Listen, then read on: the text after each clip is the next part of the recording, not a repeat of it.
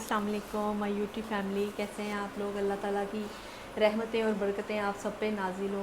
आज सिमी किचन में नमकीन गोश्त बनने जा रहा है। उसके लिए मैंने 1 केजी ये गोश्त लिया। इस तरह आप हड्डी वाला भी ले सकते हैं। और थोड़ी सी इसके लिए चर्बी चाहिए।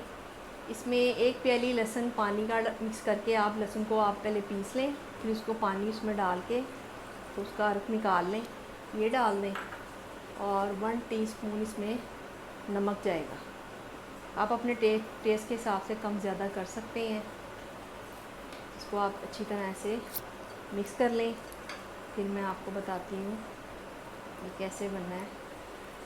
बहुत मज़ेदार नमकीन गोश्त तैयार होने जा रहा है। पेशावर में भी ये डिश बहुत शौक़ से खाई जाती है, बग़ैर मसालों के ज़बरदस्त चीज़ है जी। ये देखें, इस तरह आपने पहले आप इसको प्रेशर में भी बना सकते हैं, प्रेशर के बगैर पूरा ये 1 घंटे में बनेगा।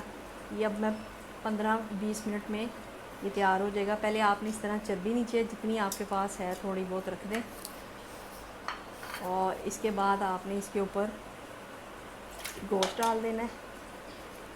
और 3 अदद मैंने इसमें आलू लिए हैं जो आपने इस तरह ऊपर रख देने हैं।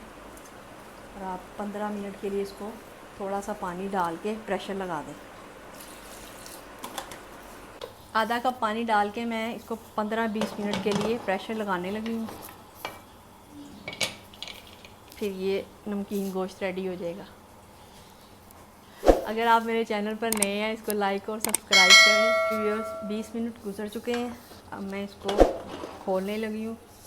गोश्त अच्छी तरह गल चुका है। बहुत मज़ेदार नमकीन गोश्त तैयार है। अब इसको डिश आउट करेंगे।